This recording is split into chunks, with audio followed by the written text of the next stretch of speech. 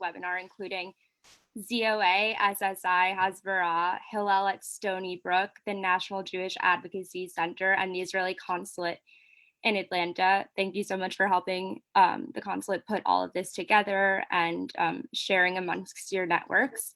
I also wanted to thank Ambassador and Consul General Dani Dayan for presenting this very important topic to us tonight, and Dr. and Rabbi Goldfeder for moderating. Just a little bio about Dr. Goldfeder. He is the director of the National Jewish Advocacy Center. He served as the founding editor of the Cambridge University Press. He also serves on the serving on law and Judaism. He's a trustee of the Center for Israel Education, and he's also an advisor to the permanent mission of Israel to the UN. Thank you so much, Dr. Goldfeder.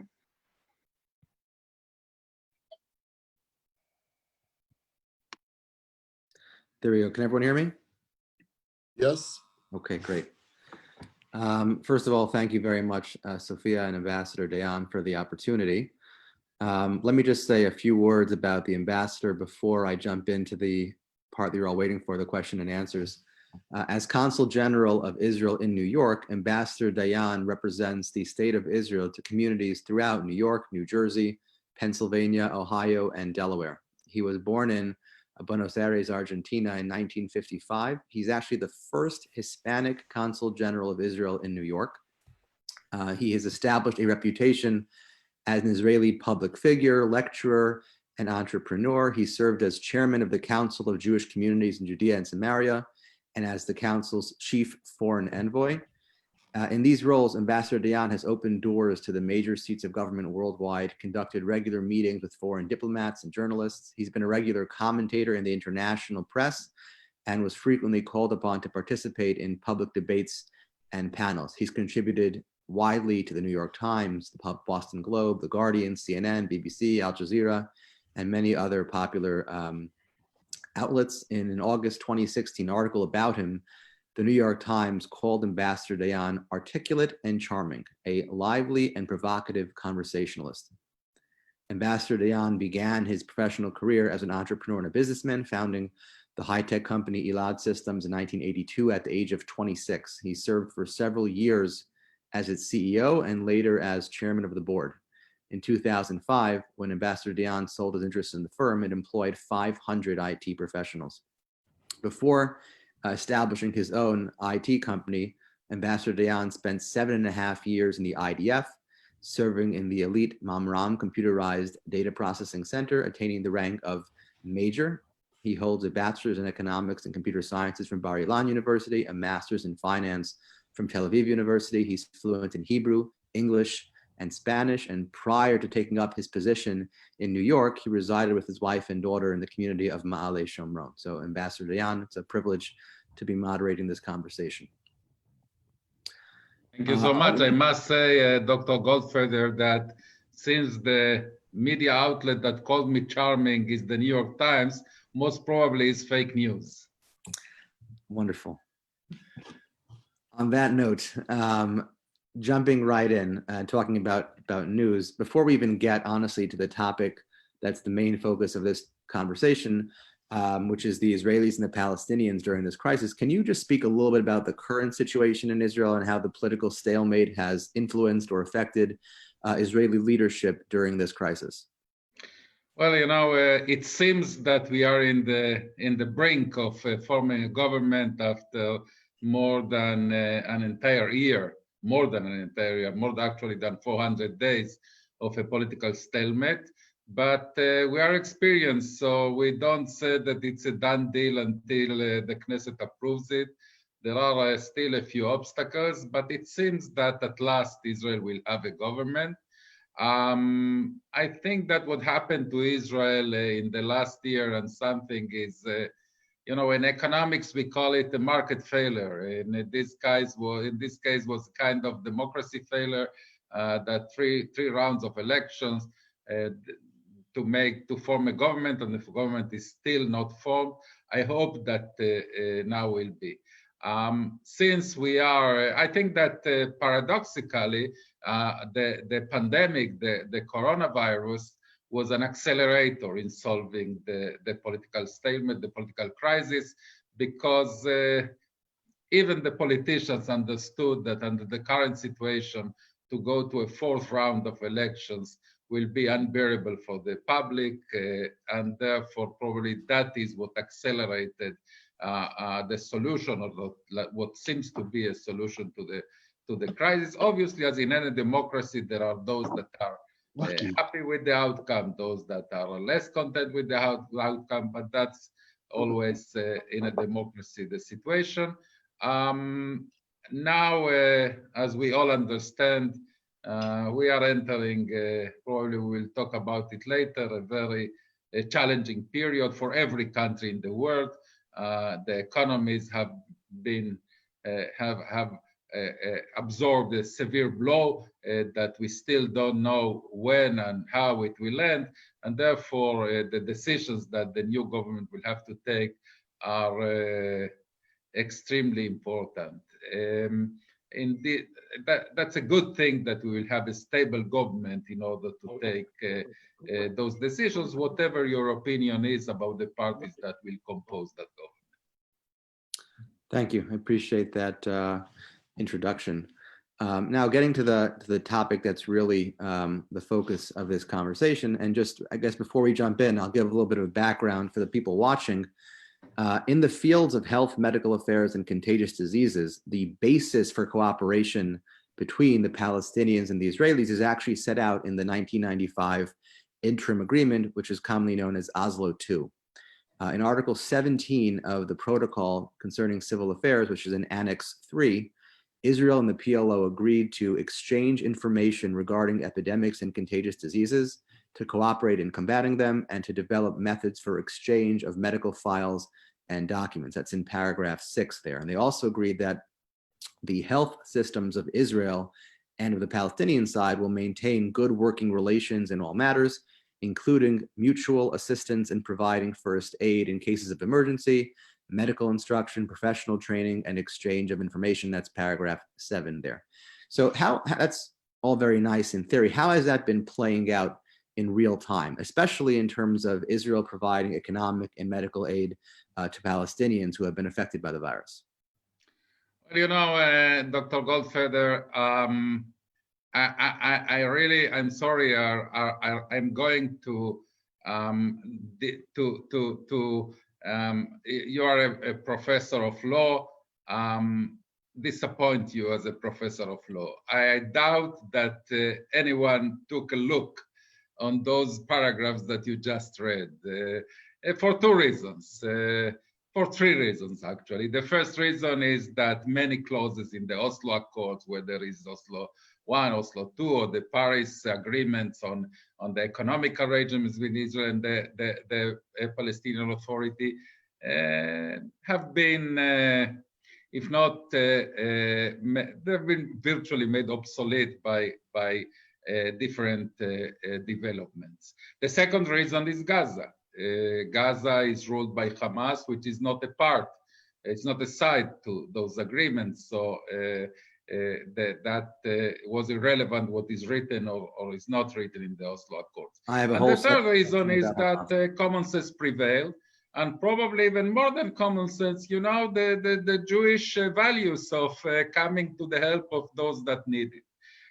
You know that Israel became in the last decades, in many senses, the first responder of the world. Israel comes to the help of countries that some of them do not have diplomatic relations with Israel, and some of them are hostile to Israel when there is a catastrophic situation there. In this case, unfortunately, we couldn't come to the help of Italy, we couldn't come to the help of Spain, we couldn't come to the help of China, and not even to the help of New York. But because we had to deal with our own situation. But from the first moment, we knew that our Palestinian neighbors, whatever they say about us and whatever they don't say about us, we will not let the health situation there to deteriorate, and we will be the responders in a case of of a grave deterioration in the public health situation, whether it's in Judea and Samaria or in Gaza, as much as we are allowed. And we did.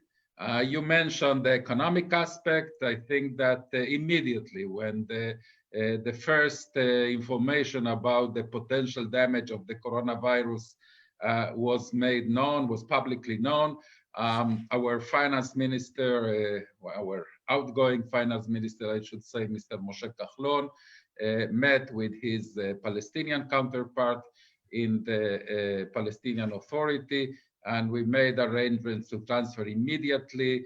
The beginning was something around 200 million shekels, and now the sum has already grew to 500 million shekels, half a billion shekels.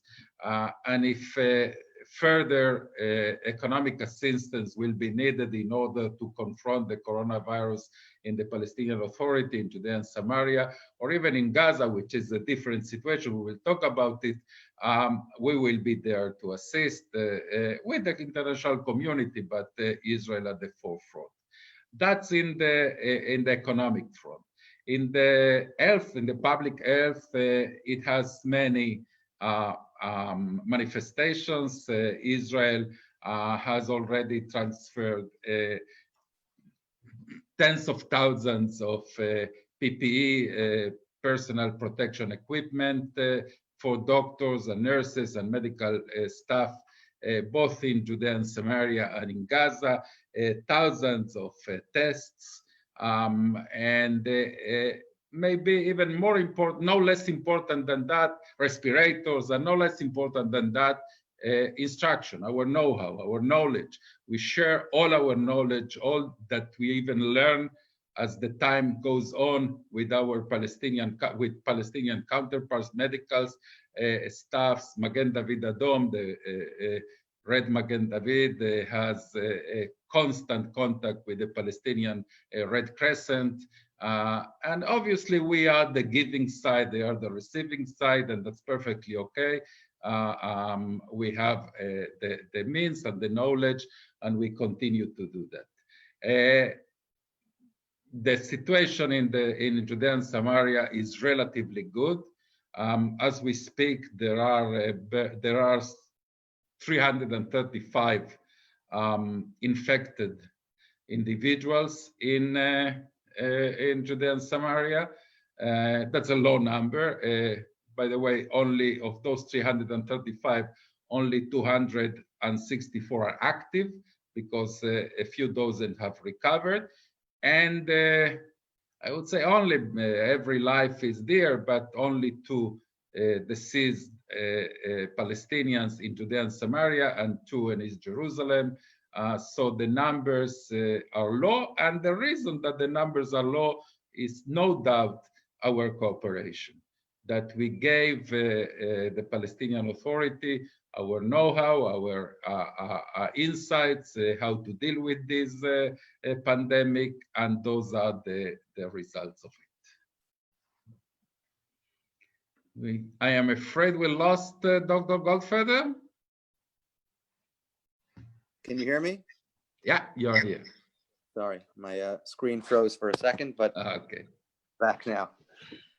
Okay, so building off what you said, how do you think the current situation helps facilitate dialogue between Israelis and Palestinians on other issues? I mean, do you think it'll have a long-term or lasting effect?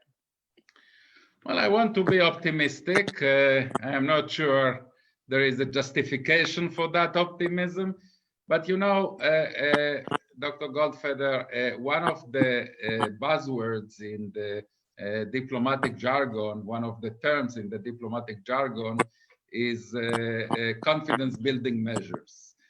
They even have an acronym in diplomacy, CBMs, not to be confused with ICBMs that are intercontinental ballistic missiles that are the exact opposite of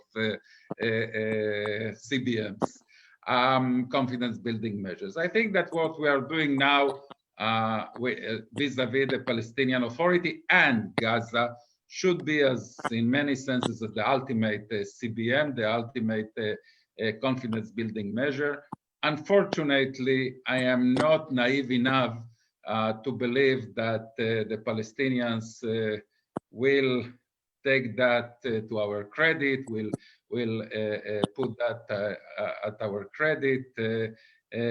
Probably we'll talk about it later, even as we continue to extend our help and our efforts to alleviate the situation, and we are slandered and in some cases even what I could call blood libels against Israeli soldiers in the context of the corona. But we will continue to do what we should do in the spirit of the values that characterize both the Jewish people, Israel, and the IDF, and will continue to extend all the help that is needed, both to the Palestinian Authority in Judea and Samaria, and even to the Hamas-controlled Gaza Strip.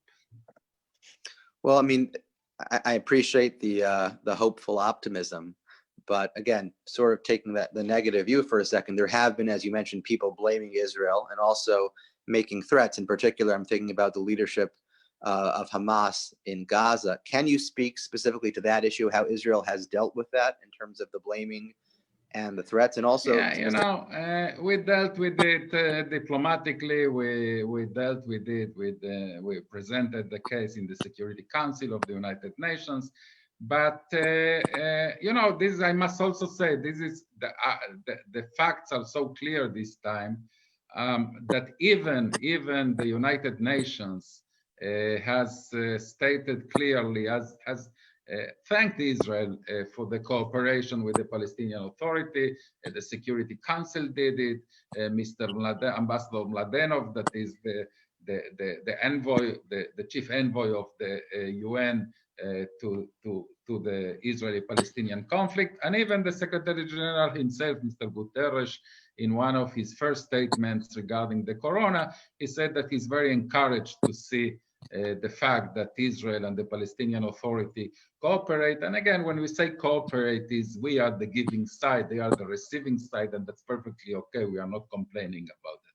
But yes, as we speak, Mr. Milchem, the spokesperson of the Palestinian Authority, calls Israel the virus itself, and there has been really a blood libel in the that reminds us of medieval blood libels in which officials in the Palestinian Authority claimed that Israeli soldiers spit coronavirus infected Israeli soldiers spit on Palestinians in order to pass to them the virus.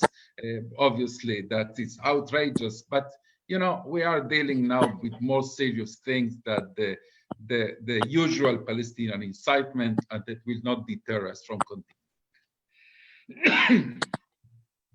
Thank you. That sort of brings up another broad issue that I'm sure is on a lot of people's mind, which is the general safety and security of the people in Israel, especially at a time like this. There was the thwarted bombing attack on the stadium last month, the stabbing attack in the West Bank today. How has Israel, in particular the IDF, maintained their security during this time? Yeah, and we shouldn't forget that we have also the Iranian threat from Syria and the Hezbollah, which is also Iran, from Lebanon. I would say that Israel, to paraphrase a saying from other days, Israel fights the coronavirus and cooperates with the Palestinians on that, as if there is no security threat, and deals with the security threats as if there is no coronavirus. For one moment, we are not indifferent to our security needs. According to foreign sources, we attacked yesterday in Syria a strategic weapons manufacturing plant, and we continue to do all is needed in order to protect our citizens. That's needless to say. No doubt there is challenging more than usual, also because the threat that soldiers themselves will be infected by the virus while operating. You can't always keep social distancing in those circumstances, but we do what is needed, and Israel continues to be secure.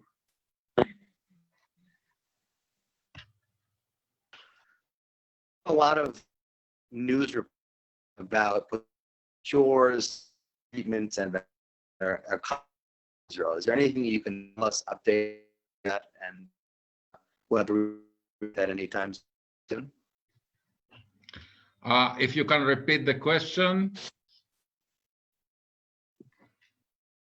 I'm sorry? If you can repeat the question, please. Sure. Yeah.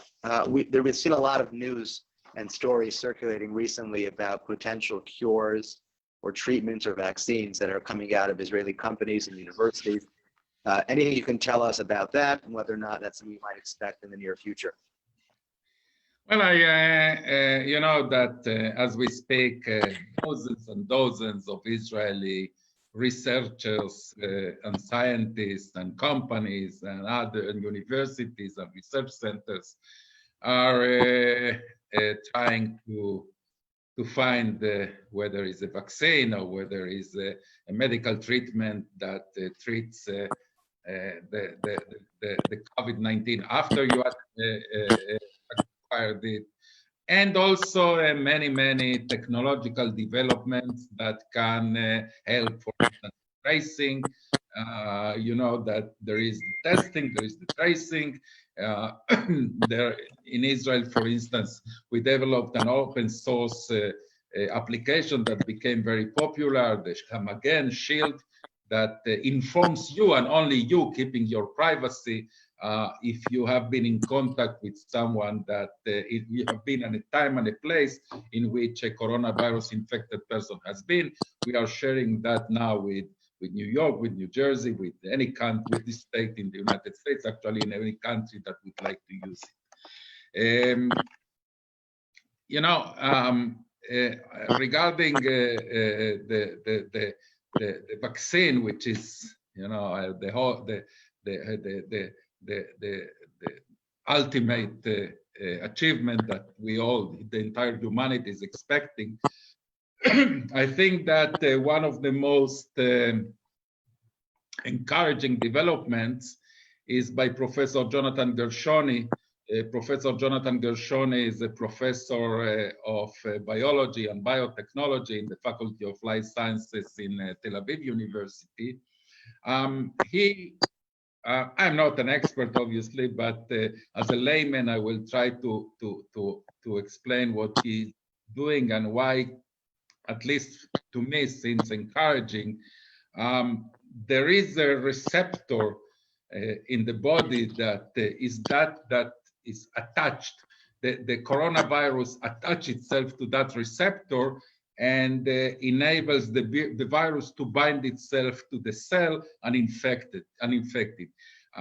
In some scientists say that receptor is the Achilles heel of the virus, and Professor Gershoni has developed a method in order to attack that receptor. And if you neutralize that receptor, probably the coronavirus will not be as damaging or as lethal as it is. The problem is that as in medicine, the process of testing and approving a new method, a new medicament is extremely long.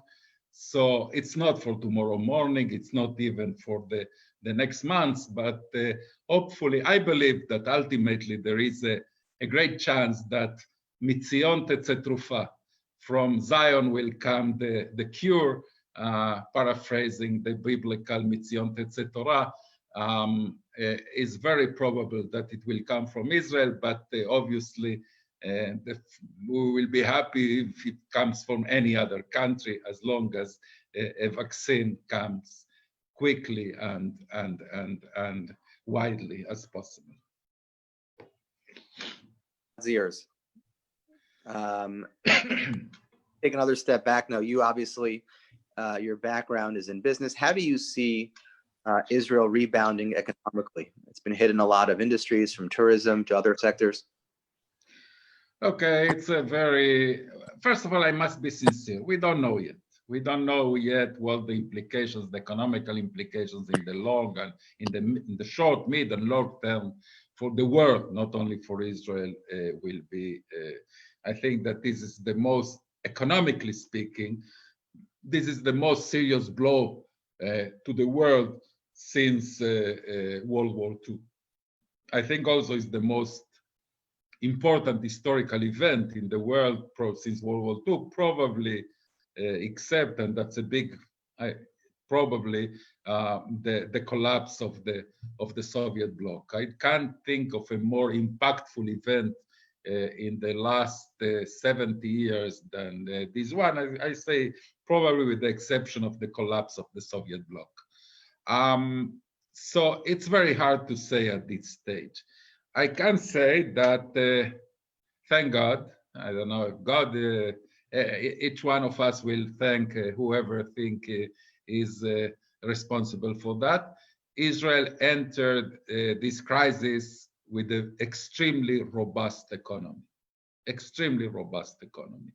with the lowest rate of unemployment Israel ever had, with a huge amount of reserves, foreign exchange reserves, namely of dollars in its coffers, with a growing GDP, with a low rate of debt to GDP. So in all the economic financial parameters, we enter this crisis with in an extremely a strong situation. So that permits us to suffer a blow, a serious blow. But you know, the question to you, the answer to your question is mainly a function of how long this will continue. We still don't know. We see even also in Israel opening some commercial activity and others activity, but you know perfectly well, as everyone knows, that it can be counterproductive. It can maybe that in 2 weeks governments will discover that it was a mistake and we will go back to lockdowns and even more strict than beforehand. So the impact of the economic impact is will be significant, to say the least. As I said, I am glad that Israel entered, by the way, also the United States, entered this crisis in a robust, with a robust economy that permits us to suffer a blow and hopefully rebound.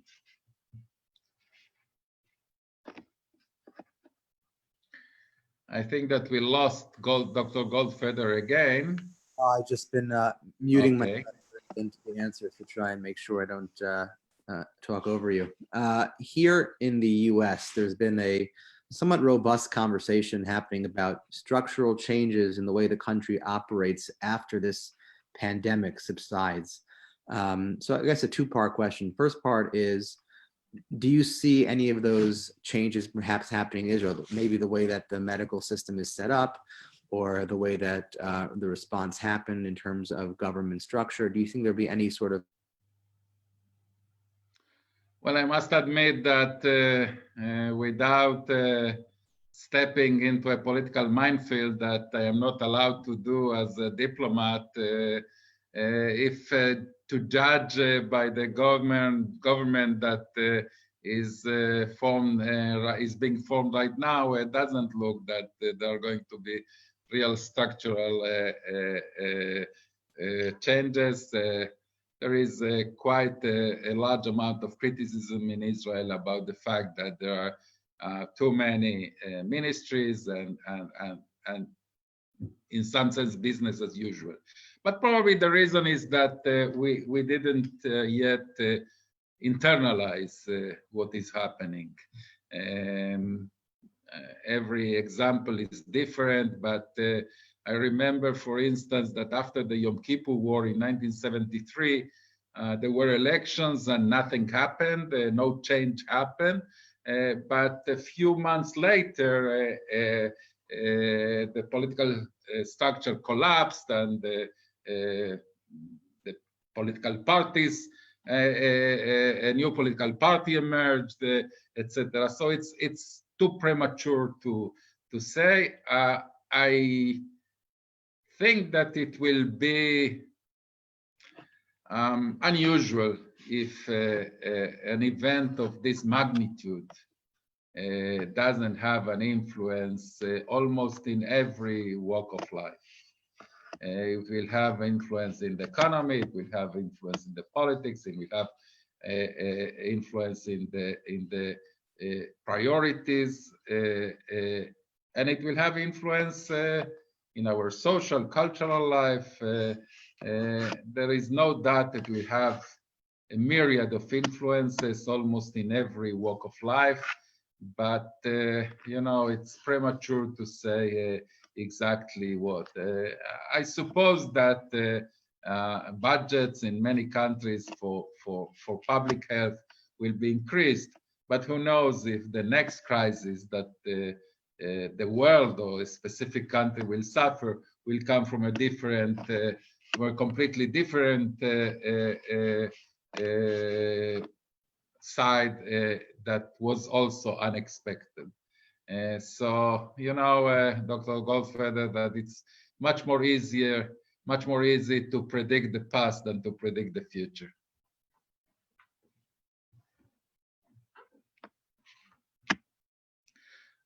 Before we reconnect with Dr. Goldfeder, a word about Gaza. In Gaza, luckily, there are a very modest number of infected persons. We know in Gaza only about 12 cases of COVID-19. The first two were two Palestinians that entered Gaza from Pakistan, and they came with the virus, and they also infected others. Gaza decided, it's an autonomous decision by the Hamas authorities in Gaza, to close all the entries to Gaza from Egypt or elsewhere. But it's important for me to say that when people talk about the so-called blockade of Gaza, in the last week, 1,368 truckloads of goods entered Gaza through the Kerem Shalom crossing, 133 tanks of fuel. I know that fuel today is cheap, but nevertheless, 133 tanks of fuel were transferred into Gaza to the Kerem Shalom crossing. 96 tons of medical equipment were entered Gaza through Israel, and in total more than 40,000 tons of goods entered Gaza. 96 tons of medical supplies this week. In the two previous weeks, more than 300 tons. So we made sure that Gaza has the medical supplies it needs. There are in Gaza 2 labs that are able to conduct coronavirus tests, one in the Shifa hospital, the other in Rimal in Gaza, and the staffs are instructed by Israeli doctors.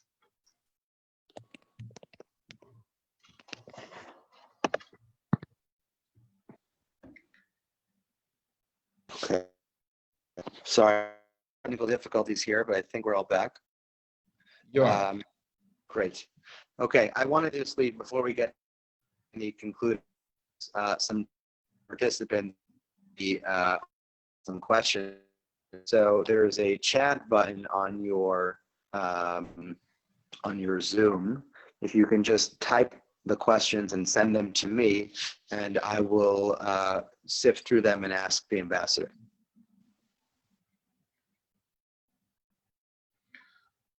If I may, I also would like to thank Sofia for organizing this event, Adva Vilchinsky, our Council for Public Diplomacy, that is in overall charge of the event. And I am glad to see here some familiar faces, some of them familiar, literally familiar, my family.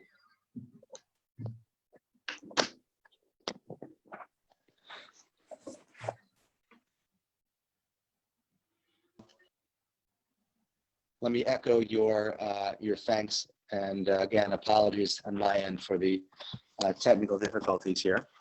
But as we wait for the first questions to come in, hold on, here we go, 1 second. Okay, let me just sift through them.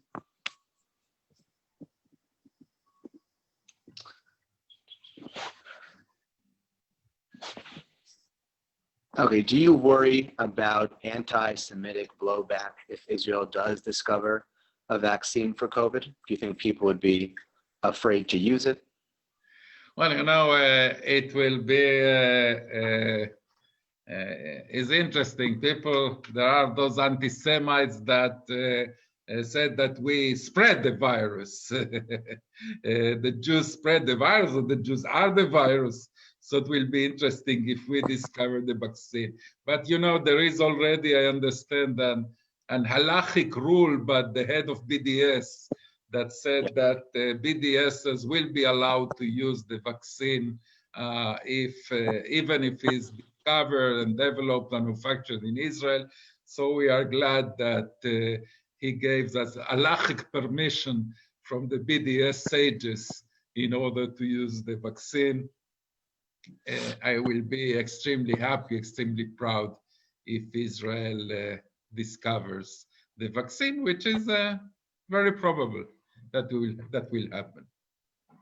I like to point out that same head of the BDS movement also received his doctorate from Tel Aviv University on a scholarship. Exactly, you know, the hypocrisy of that guy is really remarkable.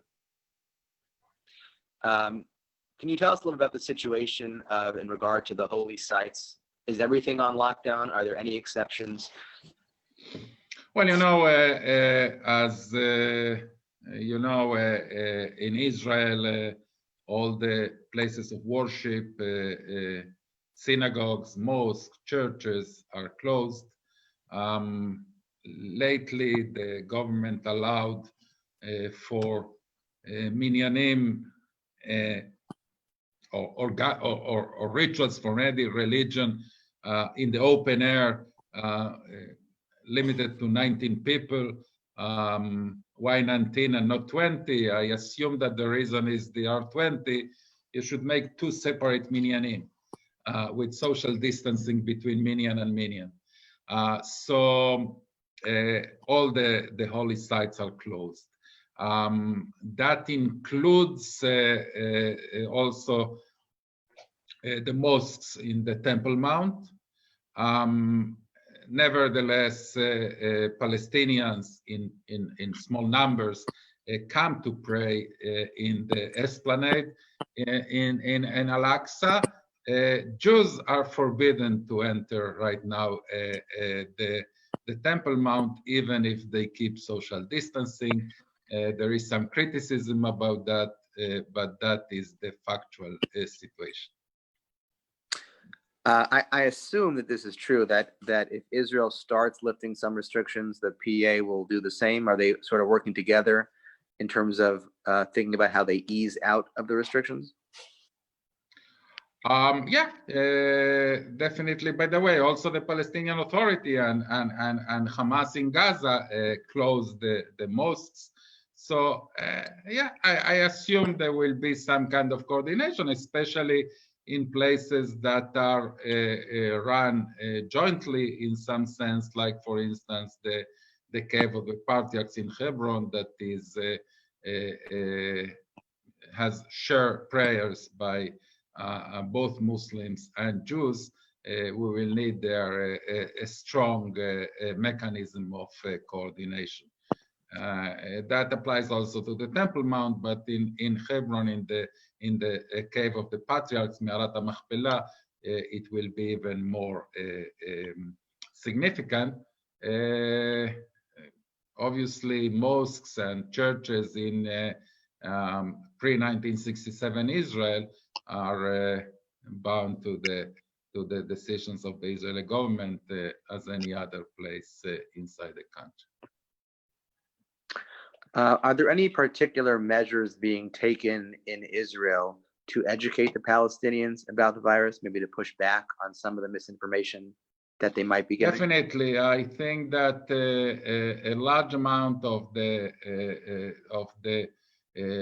publications that are distributed in Arabic in Judea and Samaria by the Palestinian Authority were redacted and printed and written by Israelis in Israel, and they obviously are also good for the Arab citizens of Israel.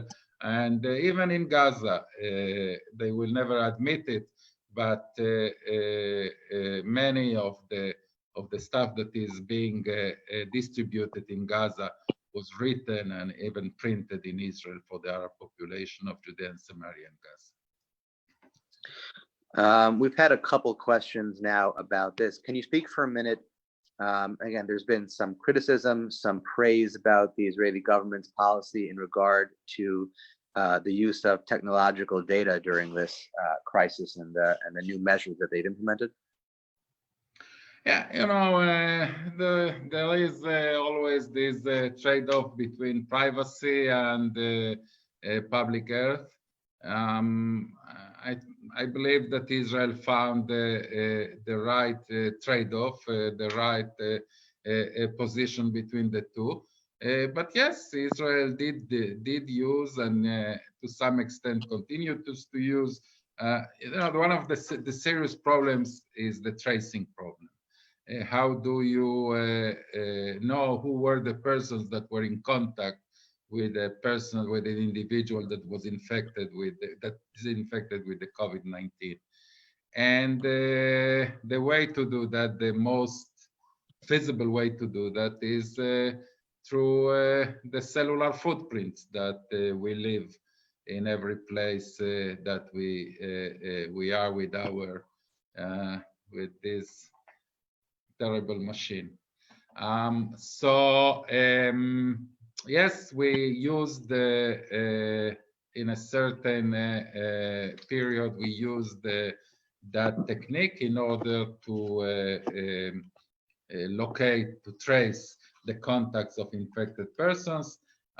It is done. The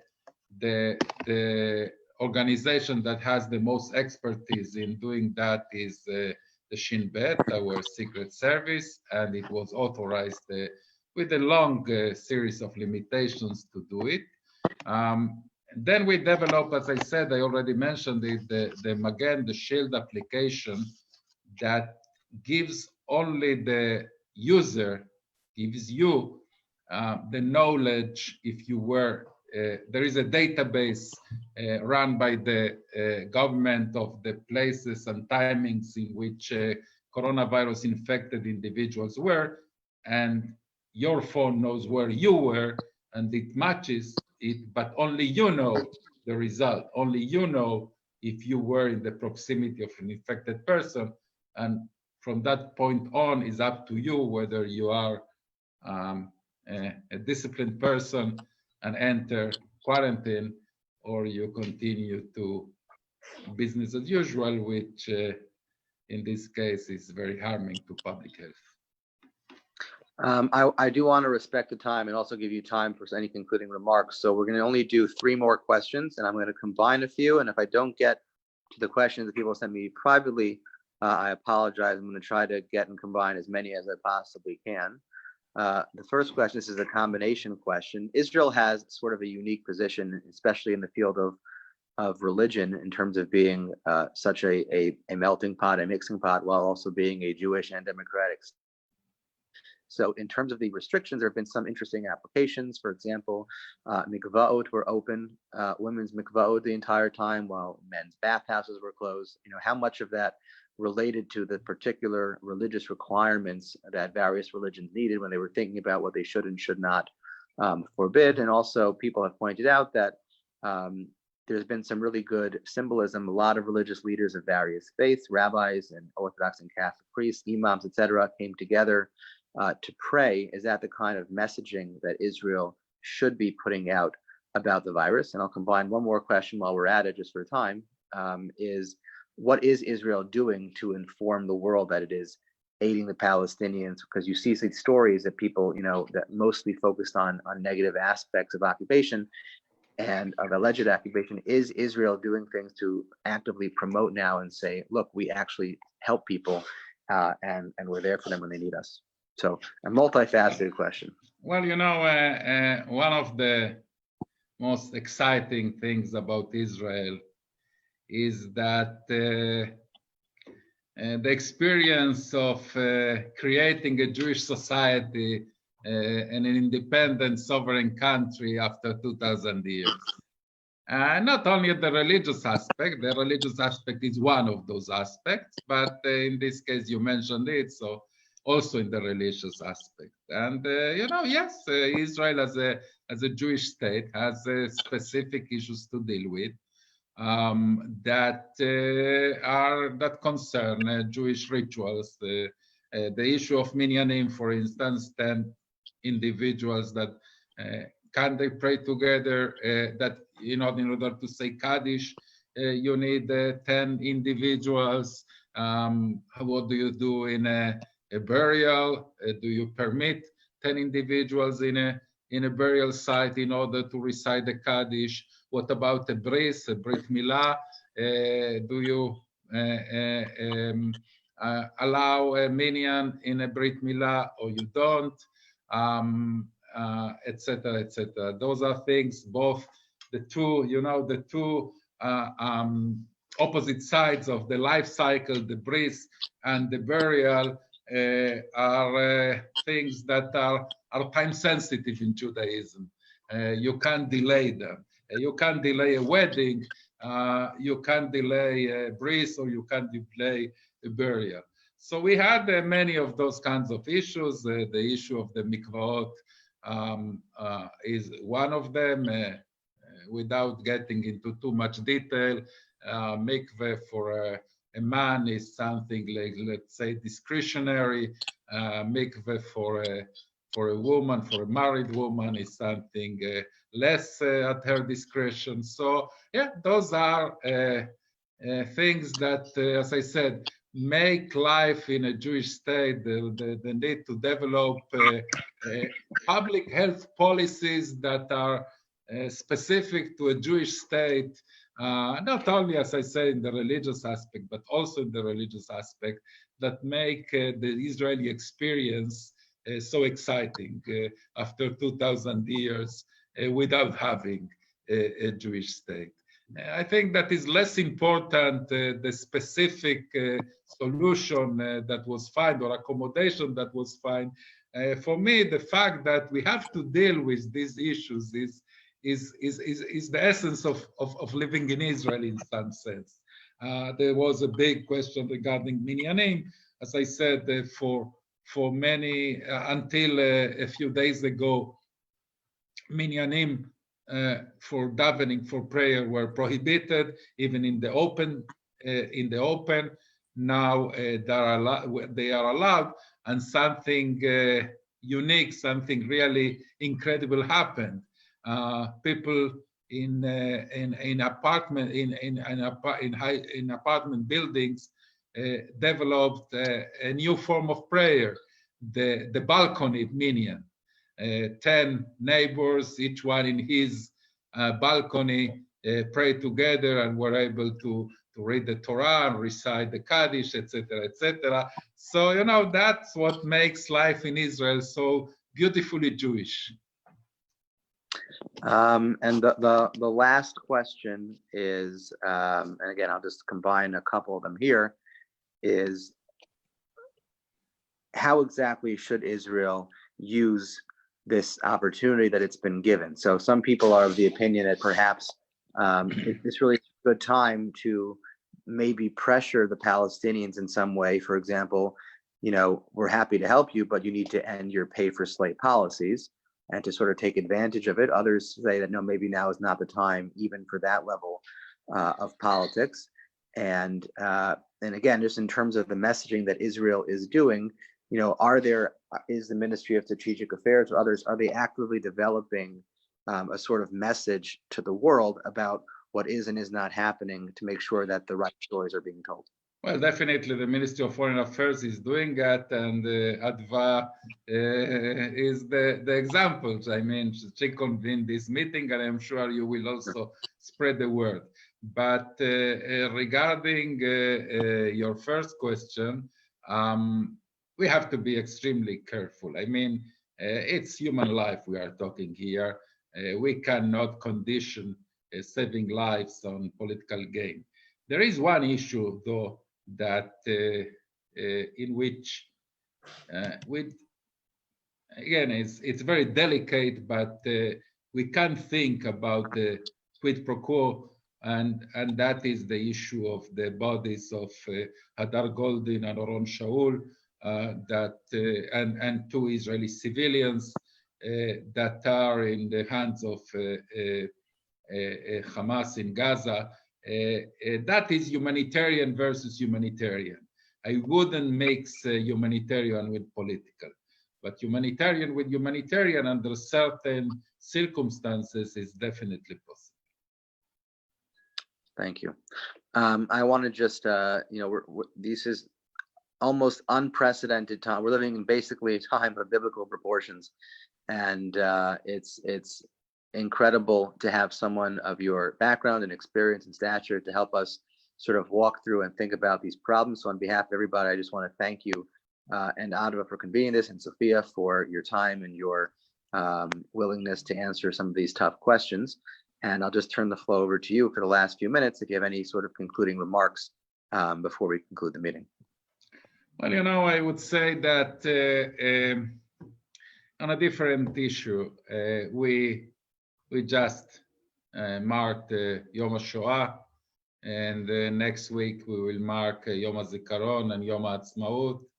And the first time I heard one of the Americans in my staff saying, this is the Yom's period, I didn't understand exactly what she means, but Yom HaShoah, Yom HaZikaron, and Yom HaAtzmaut.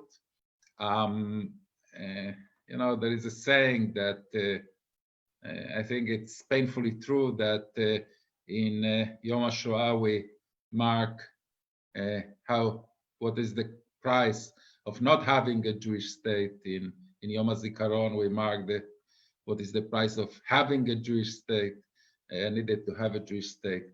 I would say that you know, we Israelis and American Jews are separated by an ocean, but I do believe that we are united by a heart that beats in unison. We may have different passports in our pockets, but we belong to the same people. And we may reside far from one another, but ultimately, when we pray, we all look in the same direction. We all face the same direction. And now we have a new obstacle, a new barrier that tries to separate between us from, even physically, from those more than a dozen of daily flights that were between North America and Israel. We are left with only one from Newark to Ben Gurion by United Airlines. And unfortunately, non-Israeli citizens are prevented from coming to Israel. And so there is a new obstacle that tries to separate between us. But he will not succeed, as all the other difference between us cannot succeed in separating between us. Also, this one will not. And I believe that Yom HaAtzmaut that is coming, the 72nd anniversary of Israel's independence, a country that is 3,000 years old and 72 years young, I believe is not an Israeli festival, an Israeli holiday. I believe is a Jewish holiday, probably the Jewish holiday. Because yes, it put an end to the greatest anomaly in Jewish life, the lack of our sovereign independent state in our ancient homeland,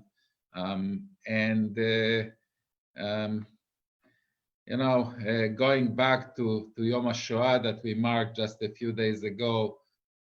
There are many lessons from the Shoah. There are many lessons. Some of them are personal. Some of them are universal. And I believe that any lesson that a person takes from Yom HaShoah that is sincere and is moral is worthy. In Hebrew, we say, "Ele ve'ele divrei Elohim chaim." Those and those are the words of a living God.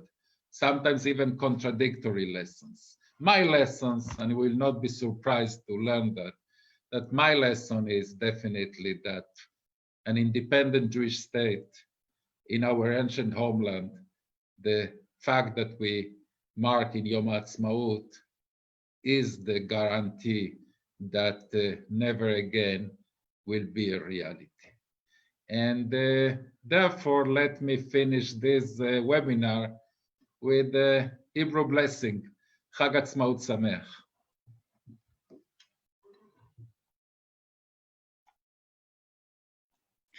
Adva, Sophia, take the lead if you want to conclude.